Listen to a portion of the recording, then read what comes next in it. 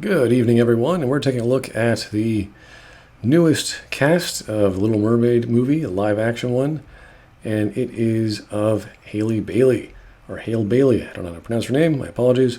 All I say is good luck. Looks good. She looks like a good actress. I'm sure she has a great singing and dancing skills, and she can pull it off. With that said, it's pretty obvious this is pandering. This is all this is. That's why you're pandering. Disney makes money off that. And when you're talking about storytelling, that's pretty much what you're doing in any kind of story anyway. You are pandering to an audience, whether it's the ideas present in a certain genre, whether it's a demographic. The problem is this is clearly a racial form of pandering. Whether that's good or bad is entirely up to you. I really don't care. I mean, there's no real knowledge I have of the Dutch original writer of the story, and that it needs a particular Dutch element that I can think of. One thing that did cross my mind is if they have black mermaids, is there some sort of empirical understanding? Are there certain kingdoms under the water where they're closer to the surface of the water, so their skin or their scales have to produce certain kinds of pigment melanin to affect the sunlight? Like I'm curious now that that's a thing. And then my mind started thinking about, like, what if the previous video I did about Terminator? What if what was his name, Carl Weathers from Predator, if he replaced Arnold as the Terminator from Skynet? Why would Skynet do that? Like, you have to think, well, are they trying to blend in with the crowd better? I mean, did the white big beefy guy not work? They're going to try the black beefy guy. Questions like that pop up in my head. So, interestingly enough, there was a bunch of other live-to-action Disney movies. They've been doing that for a while now, and we can go over them, how they're depicted. And the great thing about Disney movies is they already have an animated version, and it just translates so well to the screen. That's basically someone drew out and animated all the frames, the key frames, the actual frames. So. I don't know who this actor is, but he looks Arabian, or at least Middle Eastern. Looks good. This is almost on the button. Emma Watson, just fantastic. Also fantastic. Lots of good makeup. Again, this is all Beauty and the Beast. Very good, very good. This is brilliant. Looks impeccable. Again, this is all one-to-one, looking fantastic. This I really liked. I like the ornate clock the best. That's really cool. Again, with magical characters, you can get away with everything. Same with, what is it, Alice in Wonderland. You can get, where is Alice in Wonderland here? Maleficent, that looks fantastic. That is Sleeping Beauty, again, very close. There's Alice in Wonderland. So Alice, I mean, she's the iconic blonde little girl with blue eyes, blue dress. You can switch that up.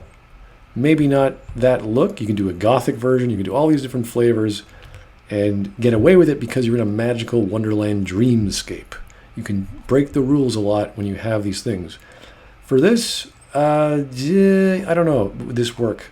Hard to say. This is the paleness of the skin. I mean, you can go crazy with paleness. I mean, look at that. That's over the top. But this is Tim Burton, of course, so that's overkill. But he likes that sort of thing. Again, very Elizabethan, Victorian-esque. It's fine. So you can bend the rules here and there, at least in my opinion. So here's what I want to talk about was the 2015 Cinderella. Very close. Not too difficult. We have the animated version. We grew up on that from, was it the 70s or the 80s? We don't know what it looks like. But you might not have known that there's a made-for-TV movie Cinderella back in 97. And that had a diverse cast of characters from all kinds of ethnicities. Obviously, you had Brandy as a black Cinderella, Whoopi Goldberg as the queen. I forget the gentleman's name. And this was I'm trying to remember, he's definitely of Asian background, probably Filipino American. But this just is, I mean, again, I don't care. It's mixed races, whoop-de-doo. Obviously, this is not their blood child. If it were, that would require a lot of explanation. So that's okay. It just raises the question that you would have to then answer in the story. And the problem I have with that, on a storytelling level, is if you have a black mermaid, you have to explain, okay, are all the mermaids black? Are there some white mermaids? Are there some Polynesian mermaids? Are there some Asian mermaids? Are there some Hispanic mermaids?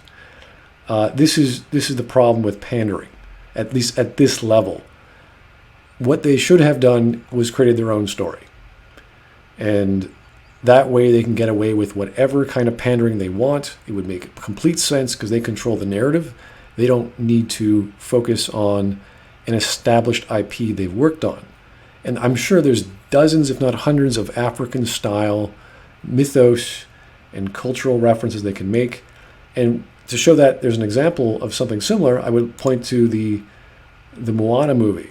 I think this came out after Frozen and trying to remember the other animated style movies. But here's a Polynesian story about a girl trying to save, I can't remember the exact plot, but it came out of nowhere. I'm not familiar with these Polynesian myths. Most of the Western world is not. And it was a great, fantastical, entertaining movie. And they can do all kinds of things. The Polynesian people, they have diverse series of landmasses and islands and cultures. The idea of a demigod and his wife or whomever can be interpreted to fit the narrative. You're allowed to do that. I mean, it's great. It's good stuff.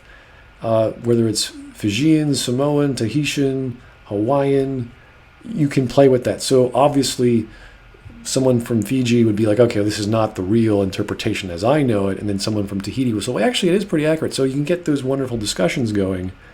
And it's a fun little way of telling or retelling a culturally semi-accurate story for your kids. And it's entertaining. It's got Dwayne the Rock Johnson, all kinds of great singing and dancing routines in a CGI movie. So again, I don't know how this all works, but this is where I think if they wanted to have a retelling or a new version of the Little Mermaid, they could have put it in the Little Mermaid universe and had another Disney princess who just happens to be black, and you could expand on that universe. That would be a franchise thing. That would be kind of cool. Or just make your own. Make your own non-Little Mermaid story. Because again, the Little Mermaid is a story about a princess, a mermaid, who gets bored of her life. So she's from riches to rags to riches. She wants to give it up and just explore the world of man. And she gives up her voice and she risks everything just to follow this. I guess she has a feeling of love for a man she meets, and she's willing to do everything to meet him again. And then she realizes the consequences of her actions, and then she fights to get everything back. And what happens at the end? That's the story. So to throw in race as a big question, going, is there going to be like an Asian or a black prince she has to charm, or they fall in love? Like, these sort of things start questioning, is it going to be all black cast? Like, what's the big deal? If it's going to be all black, then we know exactly who they're pandering to. And I'm not sure that's the kind of pandering a writer would want to tell a story of. It's certainly not a genre thing. It's not a franchise thing. This is a weird sort of you're appealing to an ethnicity and not a cultural ethnicity. Because obviously, if you're appealing to a cultural pandering, you'd be looking at the Dutch mythos of whatever exact interpretation of that story was. So this can go wrong in several ways, but I see nothing wrong with it. So go ahead and base it off the knowledge that it is pandering when you watch this movie and say, okay, because it's pandering, I then have to sort of put that behind me and appreciate what the story's worth and have all the questions of, is this accurate? Does this make sense? Is there going to be a kingdom with, a European black person in charge of the kingdom? And is it off the shores of Africa? Like, where is this place? So those sort of questions are going to pop up naturally. The one thing that I never bothered with, and I probably should, was watching the reinterpretation of Agatha Christie's Poirot on one of her more famous stories, which is Murder on the Orient Express. And the reason why is I couldn't get past the depiction of Kenneth Branagh and his makeup department. And that's what, I can't get past that. That's just me as a man. And I know that's a sexist thing, but that thing on his face is aerodynamically unsafe. It might be a walking hazard. It's definitely an eating and sleeping hazard. But this is not Poirot. This is Poirot. See how small that thing is? It's still pretty big, but it's chiseled, it's cut, it's clean. It's exactly the way as Agatha Christie wrote about it. He also has an egg-shaped head. Kenneth Branagh is more of a leading man character. And if we look at these mustaches, I can count at least 4, maybe 6. And he has this gigantic soul patch. This thing is an atrocity. It is a skunk that has been planted and divided in two onto his man's face. And Poirot would just, he would kill himself. He would throw himself from his loft. So I can't see myself ever watching this just on appearances alone. So I could be just as biased with people who love the idea because it's pandering to them. But you have to respect the pandering. Okay? You got to say, this is the pandering.